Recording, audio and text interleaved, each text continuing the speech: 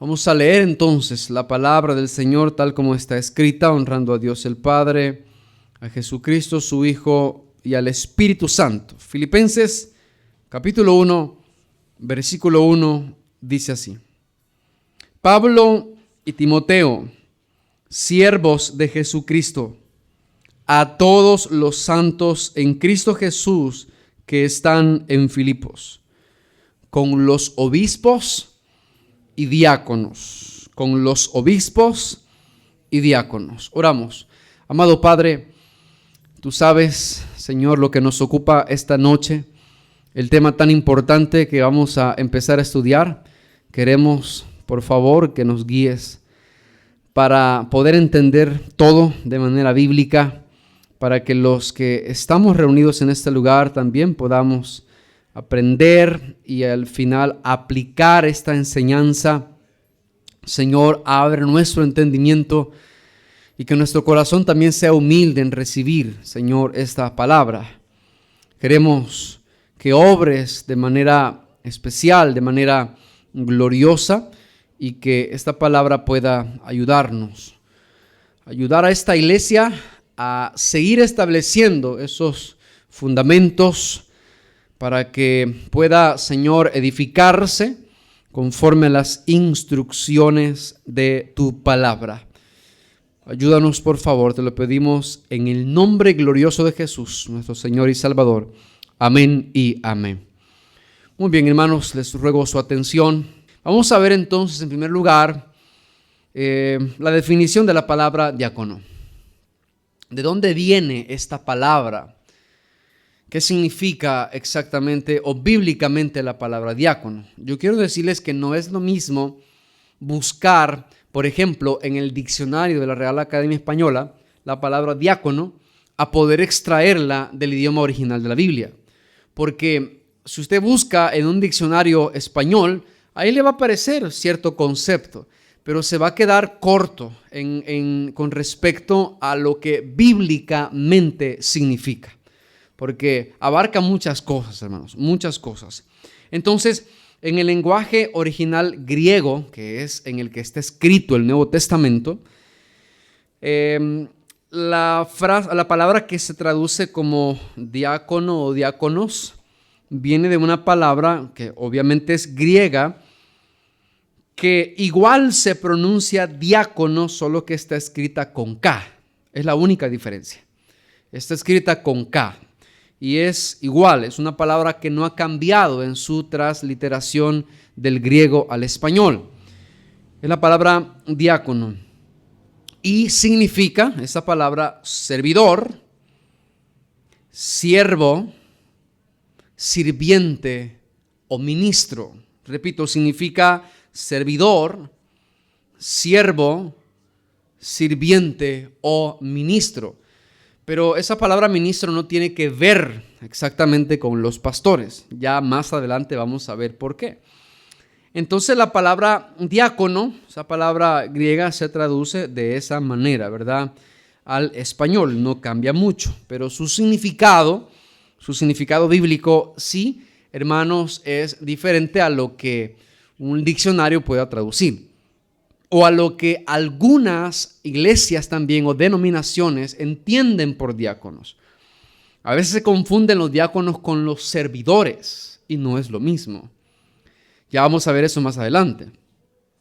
Así que el título en sí, ¿verdad? El título de diácono es una descripción de lo que es su trabajo, porque vamos a ver de manera bien detallada, ahorita solo estoy dando ciertos datos generales de lo que es la definición de diácono, pero vamos a ver que, hermanos, el trabajo del diácono es dedicarse al oficio del servicio en algunas áreas, en algunos aspectos.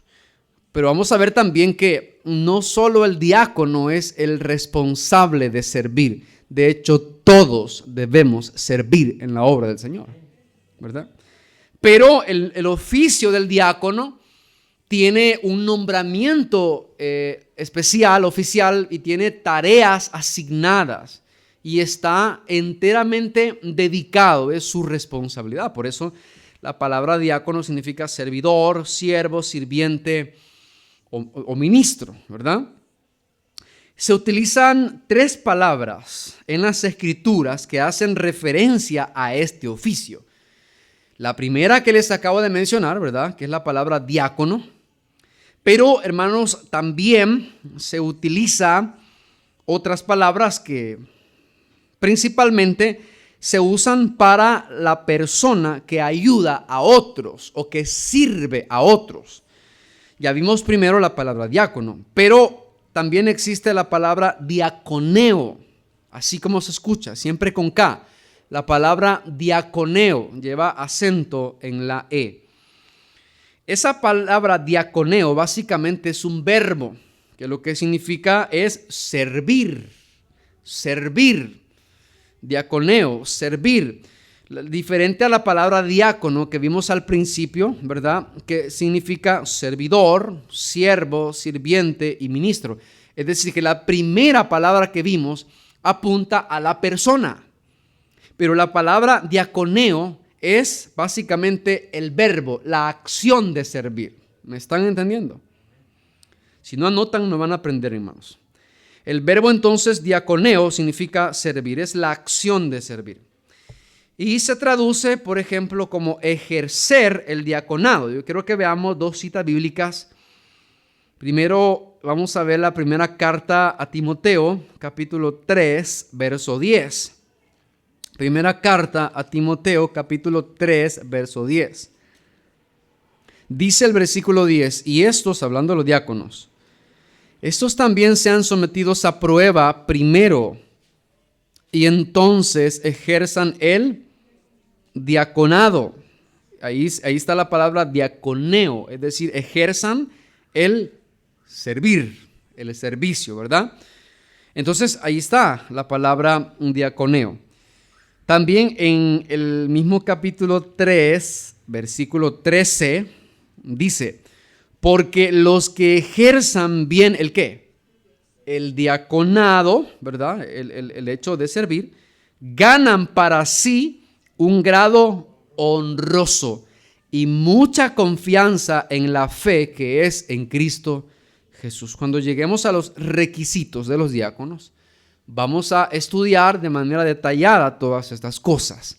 Pero ahorita yo solo quiero que ustedes aprendan un poquito de la definición de las 3 palabras principales que se utilizan para definir el oficio del diaconado.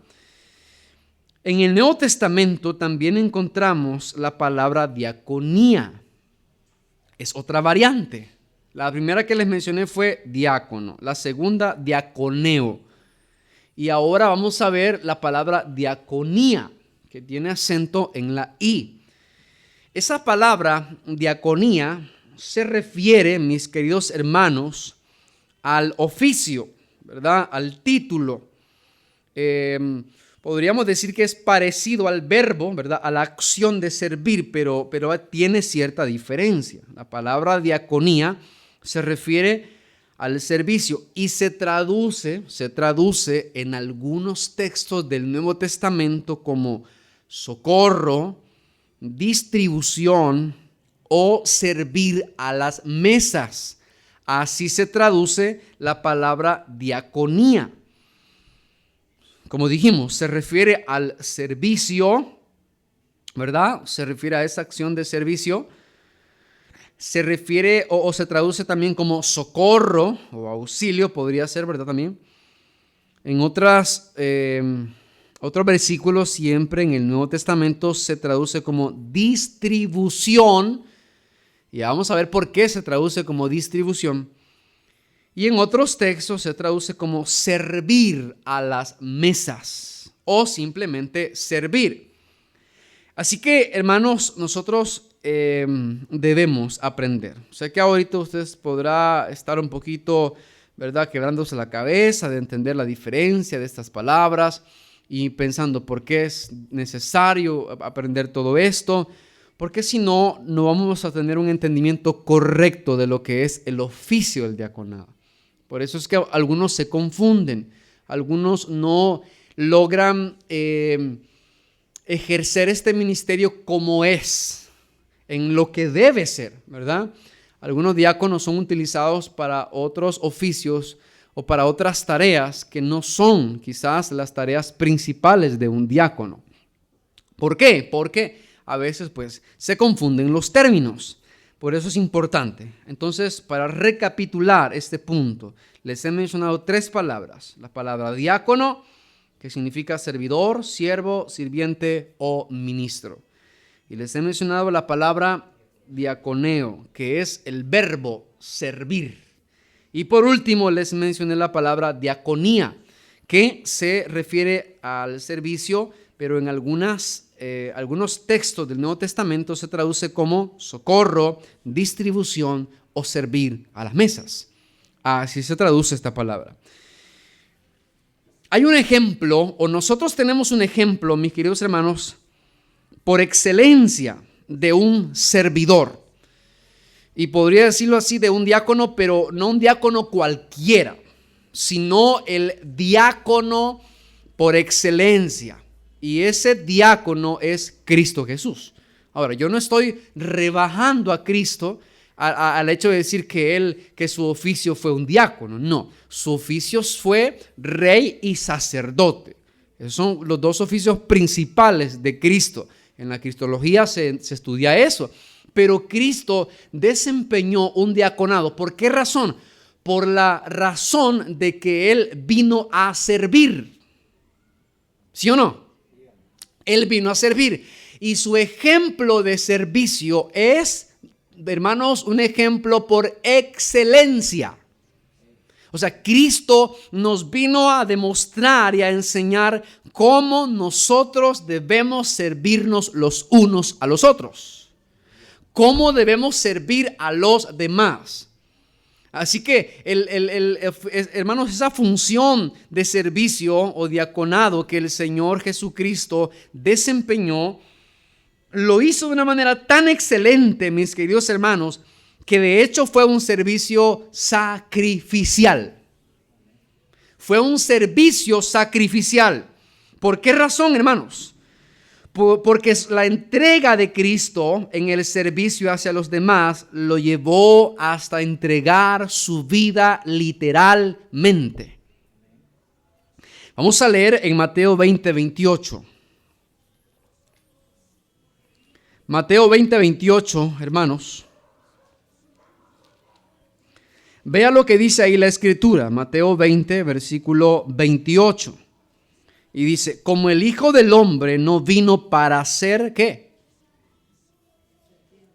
Servido. No vino para ser servido, sino para servir. Y ahí, en esa palabra servido o servir, se encuentra la palabra diaconeo. En esas 2, servido o servir. Entonces, Cristo no vino para ser servido, sino para diaconeo, para servir. Pero vea lo que dice la siguiente frase: y para dar su vida en rescate por muchos. Entonces Cristo, hermanos, Él sirvió de una manera tan excelente, de una forma incomparable, hermanos, hasta el punto de dar su vida por los demás. Entonces y estas palabras no son de ningún apóstol, estas palabras son del mismo Cristo Jesús. Es Él el que lo está diciendo, hermanos. Y eso se debe a que pues se le hizo una petición, ¿verdad?, al Señor Jesucristo, la madre de los hijos de Zebedeo. Le pidieron al Señor de que Él ordenara que en su reino se sentara uno de ellos a la derecha, ¿verdad?, y otro a la izquierda. Entonces el Señor le dice: ustedes no saben lo que piden, ¿verdad? Y les dice varias cosas, ¿verdad? Les hace una pregunta, que si podían beber el vaso que Él iba a beber y ser bautizados con el bautismo con que Él iba a ser bautizado. Se refiere al sufrimiento con que Cristo iba a padecer. Entonces ellos dijeron: pues la verdad podemos. Él dijo: bueno, la verdad, a la verdad de mi vaso beberéis y con el bautismo con que yo soy bautizado seréis bautizados. Pero el sentaros a mi derecha y a mi izquierda no es mío darlo, sino a aquellos para quienes está preparado por mí, Padre. Y entonces Él les dijo algo, que los gobernantes de las naciones se enseñorean de ella, de las naciones, y los que son grandes ejercen sobre ellas, es decir, las naciones, potestad, autoridad. Pero entre vosotros, le dijo el Señor, no será así. Es decir, ustedes no han sido colocados como discípulos o apóstoles para enseñorearse de los demás. Si alguno de ustedes quiere ser grande, ¿qué le dijo el Señor? Tiene que primero, diaconeo, servir. Tiene que servir.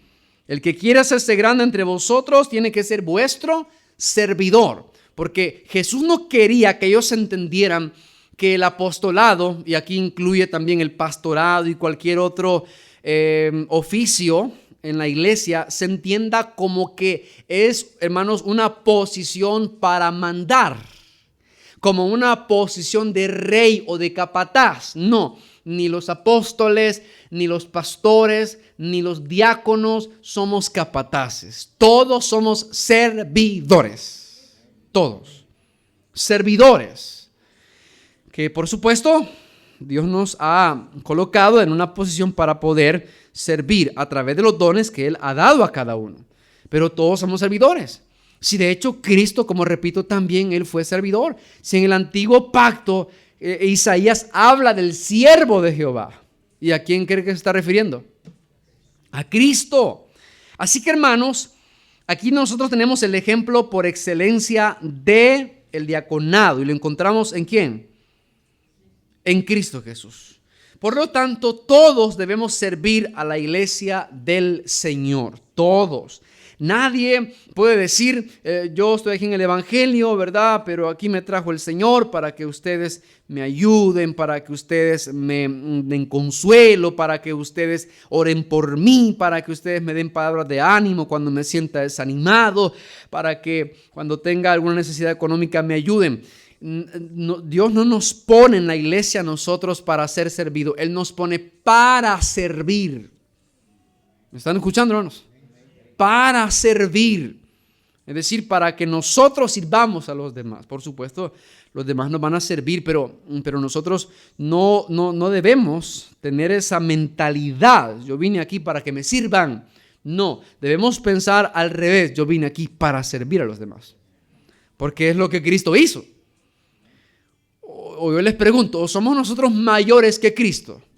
Si Él mismo dijo, el Hijo del Hombre no vino para ser servido, sino para servir. Entonces, ninguno de nosotros es mayor que Cristo para tener ese gran orgullo y pensar y decir, yo vine aquí para que me sirvan.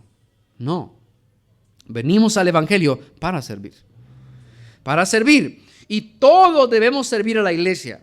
Si alguien piensa que el servicio es solamente la función de los diáconos, se equivoca. Y lo vamos a ver bíblicamente. Bueno, ya vimos un ejemplo ahí en Mateo 20. Mateo 20, del 26 al 28. Claramente el Señor les dijo, entre ustedes no va a ser igual como los gobernantes de las naciones, que se enseñorean de ellas, sino que entre ustedes el que quiera hacerse grande será vuestro servidor, y el que quiere ser el primero entre vosotros será vuestro siervo.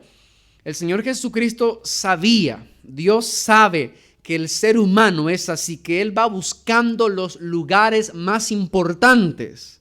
¿Por qué?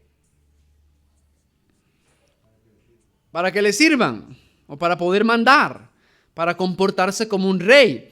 Por eso dijo el Señor, si alguno quiere ser el primero, si alguien quiere estar en primer lugar, ser reconocido, tiene que servir. Y eso no significa de que un ser humano o un creyente, al servir con todo su empeño, va a llegar a ser el primero. Porque el primero siempre es Cristo Jesús. Siempre es Cristo Jesús. Pero hay que entender que todos somos servidores en el cuerpo de Cristo, en la iglesia del Señor. Vamos a ver Gálatas 5:13. Gálatas capítulo 5, versículo 13.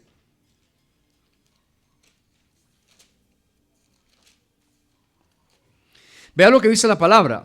Porque vosotros, hermanos, no le está hablando a apóstoles, ni a discípulos, ni a diáconos, ni a pastores. Está hablando en general.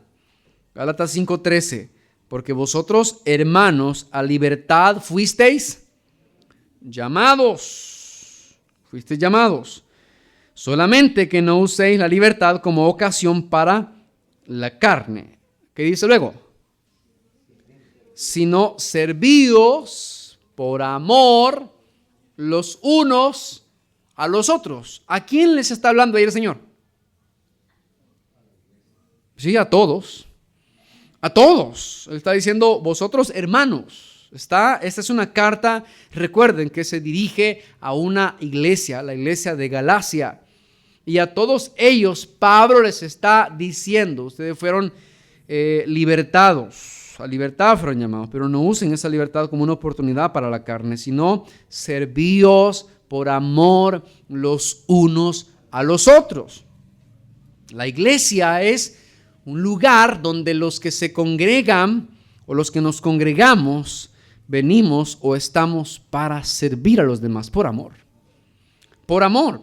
Y podríamos seguir buscando en la Escritura más versículos que apoyen esta idea o este pensamiento, ¿verdad? De que todos somos servidores.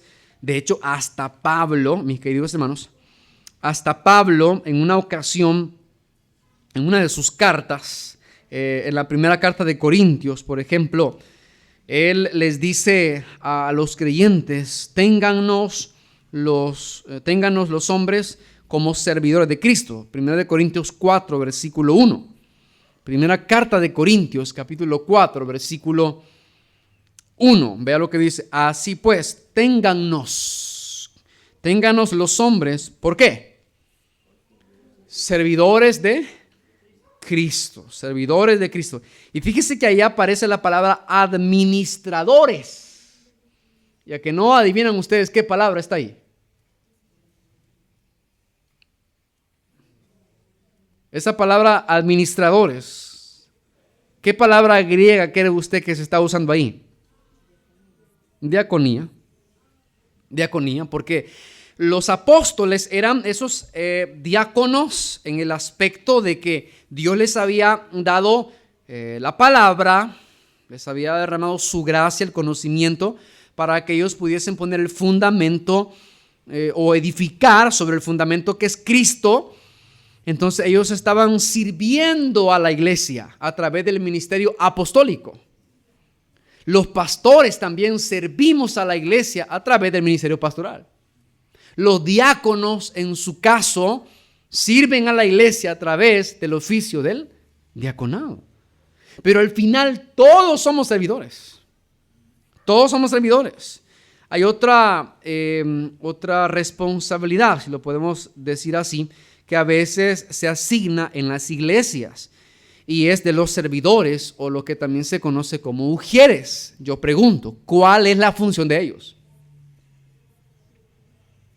Servir, hermanos. Servir. Desde que lo reciben en la puerta, lo colocan en la silla, ¿verdad? Cuando es así, le dan cierta orientación a alguien que es nuevo, ¿verdad? Le ayudan. Durante estamos en el culto, en el servicio del Señor, ellos están ahí para poder asistir, para dar la bienvenida.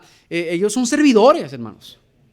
Entonces, todas las funciones, los oficios, los cargos, las responsabilidades o los ministerios dentro de la iglesia son para servir.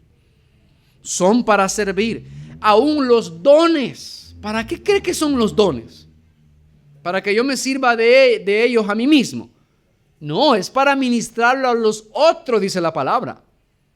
Todo don o ministerio es para ministrarlo a los demás, es para servir a los demás, es para que los demás se beneficien de esos dones, ¿verdad?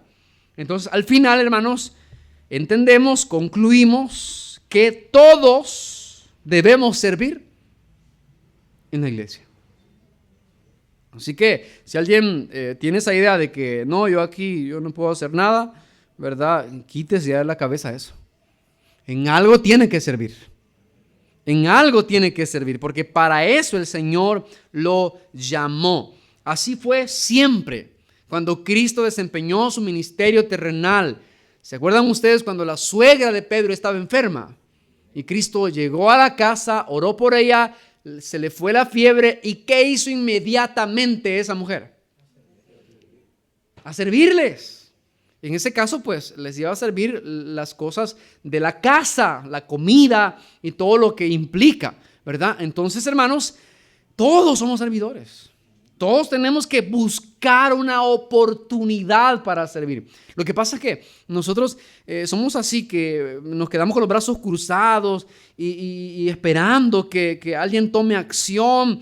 Y a veces somos tan ciegos espiritualmente hablando que no vemos en qué podemos servir. Pero no es tanto porque no haya o porque no lo veamos, es porque a veces no estamos dispuestos. No estamos dispuestos.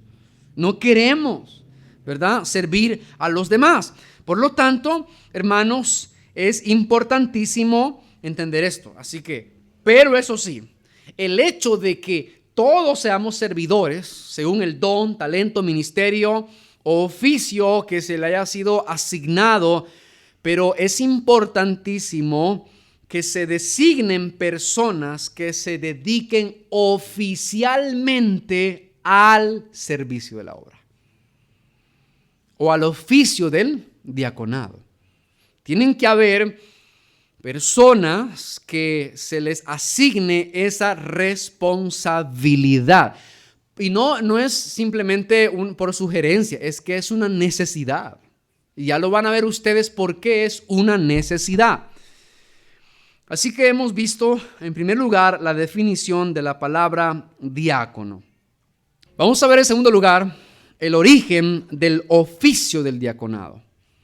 El origen del oficio del diaconado.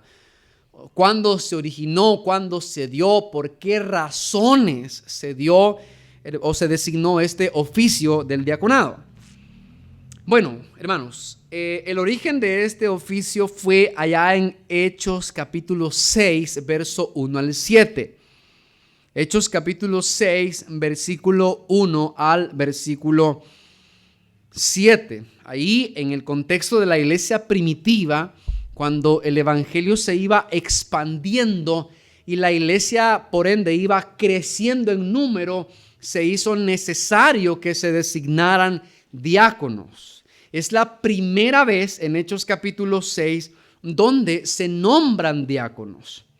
Porque quienes estaban haciendo las funciones de diácono, por decir así, antes de que oficialmente se designaran a hombres para ese oficio, los apóstoles.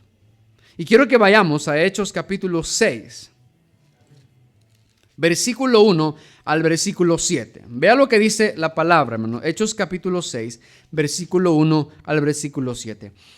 En aquellos días, como creciera, ¿el qué dice ahí? El número de los discípulos. La iglesia iba creciendo numéricamente. Hubo murmuración de los griegos contra los hebreos, de que las viudas de aquellos, es decir, de los hebreos, eran ¿qué? Desatendidas. ¿En qué? En la distribución diaria. Ahí se encuentra la palabra diaconía. En la distribución diaria, eran descuidados. Porque había, hermanos, algo que el Señor Jesús les había encargado a sus discípulos, y era que de los huérfanos y de las viudas se atendieran, que no dejaran abandonados a los huérfanos y a las viudas, porque si alguien es defensor de las viudas y de los huérfanos, es Dios. Y Cristo se ocupó muy bien de ellas y de ellos, de las viudas y de los huérfanos. Les sirvió.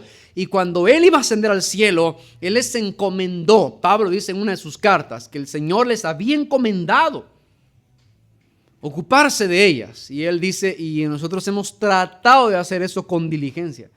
Porque para el Señor tiene mucho valor una mujer viuda o un huérfano. y Él cuida de ellos, pero principalmente de los que son sus discípulos, sus hijos, ¿verdad? Espiritualmente hablando. Así que aquí había un descuido porque se les daba una provisión de alimento a las viudas y a los huérfanos. Se cree que había unas mesas donde llegaban en los tiempos que comían, ¿verdad?, las viudas y los huérfanos, y había que servirles. Entonces, en el versículo 2 dice: entonces los 12, o sea, los 12 apóstoles, convocaron a la multitud de los discípulos y dijeron, vaya prestando atención a esto, no es justo que nosotros dejemos la palabra de Dios para servir a las mesas. No es justo que nosotros como apóstoles, y no es porque los apóstoles no hallaban gozo y deleite a la hora de servir, claro que sí. Lo que pasa es que ellos tenían una responsabilidad más grande, y una de ellas era enseñar la palabra, orar. Y como creció el número, y se cree que después de Pentecostés, muchos de los extranjeros que llegaron a la fiesta de Pentecostés, donde escucharon la predicación de Pedro, muchos de ellos decidieron no regresar a sus ciudades de origen. Se quedaron ahí. Y entonces, ¿qué implicó eso? Que las mesas se llenaron más. O sea, había mucha más gente. Entonces vieron los griegos a los hebreos y dijeron, esos están descuidando a las viudas. Ellos no están repartiendo la provisión o la distribución diaria como tiene que ser. Y comenzaron a murmurar. Así que los apóstoles, al escuchar esa crítica, entonces dijeron, no, reunámonos. Y convocaron a la multitud de los discípulos y dijeron, no es justo que nosotros dejemos la palabra, que era su ministerio principal, la palabra de Dios, para servir a las mesas o para diaconía. Entonces, ¿qué hicieron? ¿Cuál fue la decisión que tomaron? Verso 3. Buscad, pues, hermanos, de entre vosotros a 7 ¿qué? Varones de buen testimonio, llenos del Espíritu Santo y de sabiduría, a quienes encarguemos de este trabajo. Entonces, era lógico que ahora los apóstoles, como se estaban descuidando de la palabra y de la oración, que era su ministerio principal, ellos tenían que delegar esta responsabilidad. Tenían que dársela a otros. Porque, y llama la atención cómo lo dicen, no es justo. ¿Y por qué no es justo? Porque el ministerio de la palabra y la oración, hermanos, son fundamentales en la iglesia. No se puede descuidar. Por lo tanto, ellos querían, hermanos, seguirle dando la importancia de vida, la prioridad a la palabra y a la oración. Y pues llegaba el momento en que ahora tenían que encomendar a otros la tarea que ellos antes habían estado haciendo. Y dice el 4, y nosotros, o sea, los apóstoles, persistiremos en la oración y en el ministerio de la palabra. Ese era el objetivo, ¿verdad?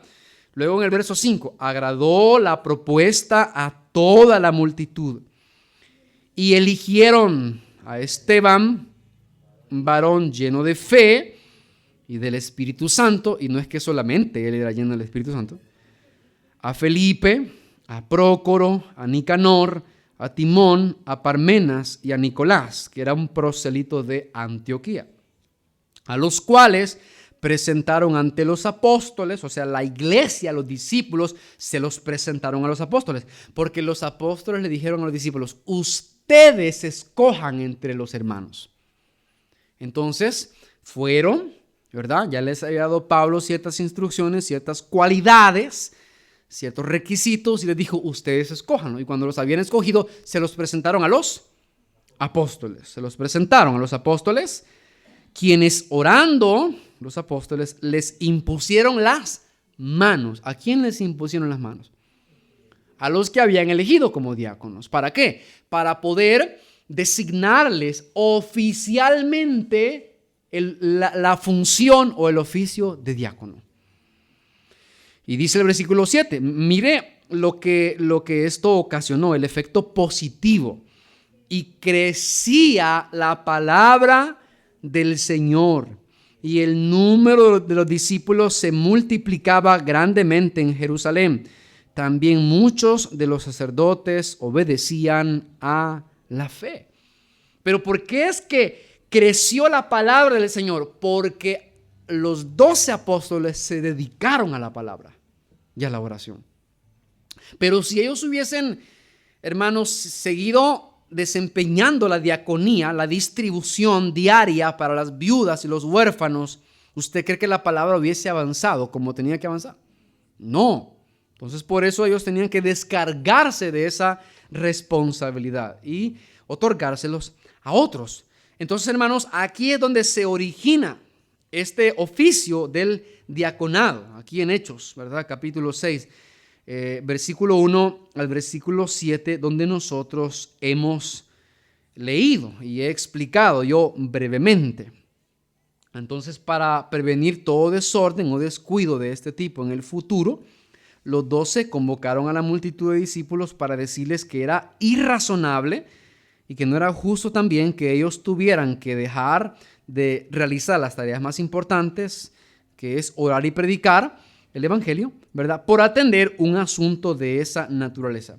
Así que, por lo tanto, con el fin de poder dedicarse totalmente a la oración y al ministerio de la palabra, pero a la vez asegurarse de que las necesidades de los pobres fueran satisfechas y que el reparto ordenado de las limosnas, porque no solamente le daban comida, sino que también les daban ayuda económica, porque para eso se recogían limosnas. Suena fea la palabra y discriminativa, pero así se llamaban. Era una ofrenda especial para los pobres. Entonces, hermanos, ahí se daba esa ayuda económica. Ellos querían que se cumpliera esa función. Mandaron que escogieran entre ellos a esos varones. Por supuesto, no podía ser cualquiera. Y eso es importante, hermanos. Présteme atención, no se duerma, por favor. Eso es importante. Que los diáconos debían de tener ciertas cualidades. Y alguien podrá decir, ¿y por qué? Y lo que les mencionaron aquí los apóstoles en Hechos 6, de que tenían que ser hombres de buen testimonio, llenos del Espíritu Santo y de sabiduría, alguien podrá preguntarse, ¿y para qué era necesario que tuviesen esas cualidades? Porque el oficio que ellos iban a desempeñar no era cualquiera. De hecho, no era simplemente servir un plato de comida. Eso lo puede hacer cualquiera. Lo que pasa es que ellos iban a recibir de vez en cuando una provisión económica. Los apóstoles se los iban a dar a los diáconos para que ellos los distribuyeran. Y si ese hombre era un malacate, ¿qué cree que iba a pasar? Se iban a robar el pisto.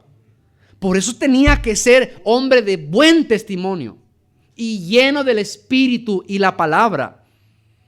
Porque lo que él iba a hacer, hermanos, iba a demandar que tuviesen conocimiento de la palabra, que tuviesen sabiduría, que fuesen honestos, ¿verdad? Que tuvieran buen testimonio, que la gente los conociera, que eran hombres intachables. Cuando veamos en 1 Timoteo 3, se va a dar cuenta de los requisitos. Y alguien podrá decir, la verdad que se parecen a los requisitos del pastor, pero hay una diferencia.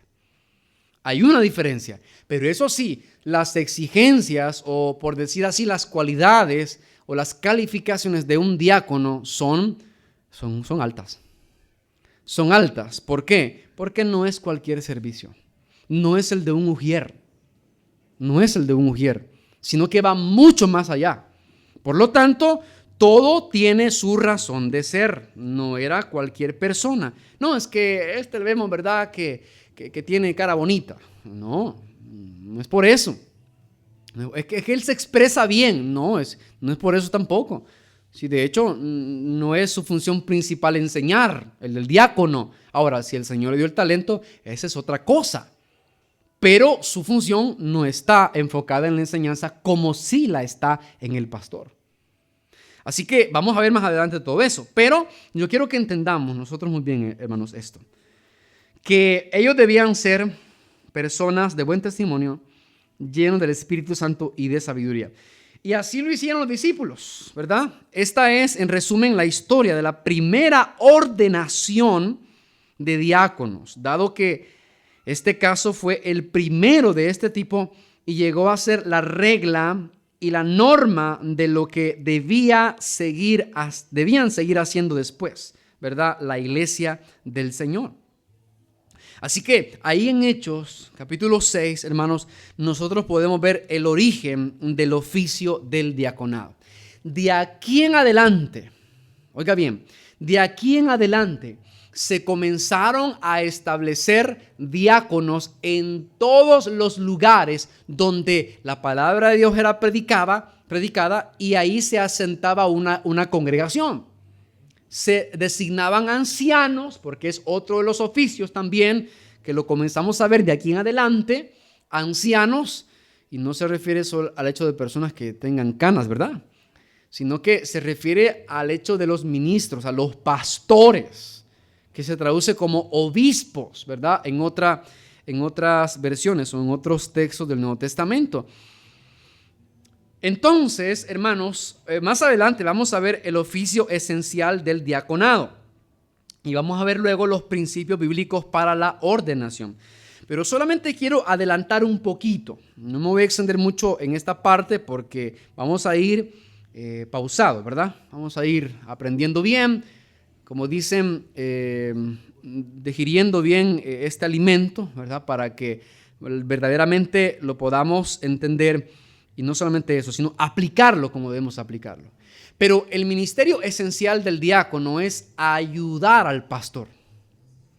Es, hermanos, liberar al pastor de algunas funciones que pudiesen distraerlo de la responsabilidad primordial de un pastor. ¿Y cuál creen ustedes que es? Enseñar la palabra y orar. Sí, hay otras funciones que el pastor debe hacer: visitar a los hermanos, aconsejar, disciplinar, ¿verdad? Tomar decisiones espirituales dentro de la iglesia. Son funciones del pastor, pero el punto es que en este tiempo, y ustedes no me dejan mentir, que aún en Facebook se ponen esas publicaciones donde dicen ser pastor no es cualquier cosa. ¿Por qué? Y ponen una lista larguísima de las cosas que los pastores hacemos en este tiempo. Y eso incluye, hermano, prácticamente todo. Porque si el músico no está, ¿quién toca? El pastor, ¿verdad?